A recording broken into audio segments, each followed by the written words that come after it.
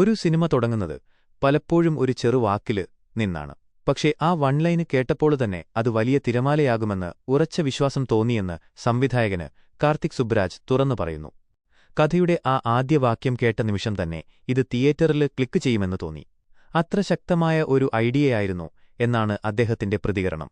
പ്രേക്ഷകരുടെ മാനസികാവസ്ഥയും മാർക്കറ്റിന്റെ താളവും ഒരുമിച്ച് പിടിച്ചെടുക്കാൻ കഴിയുന്ന സ്പാർക്ക് ആ കഥയില് ഉണ്ടായിരുന്നു എന്നാണ് കാർത്തിക് പറയുന്നത്.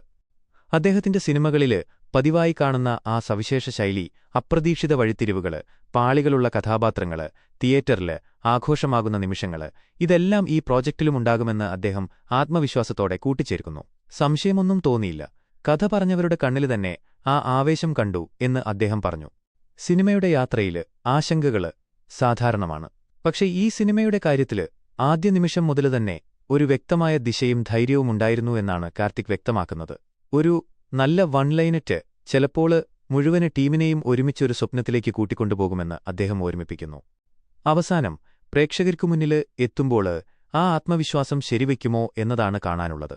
പക്ഷേ ആദ്യ നിമിഷം തന്നെ പിടിച്ചുലച്ച ആ വൺലൈൻ എഡ്ജ് ഇന്നും അദ്ദേഹത്തിന് ഓർമ്മയിൽ അതേ ആവേശത്തോടെ നിൽക്കുന്നു.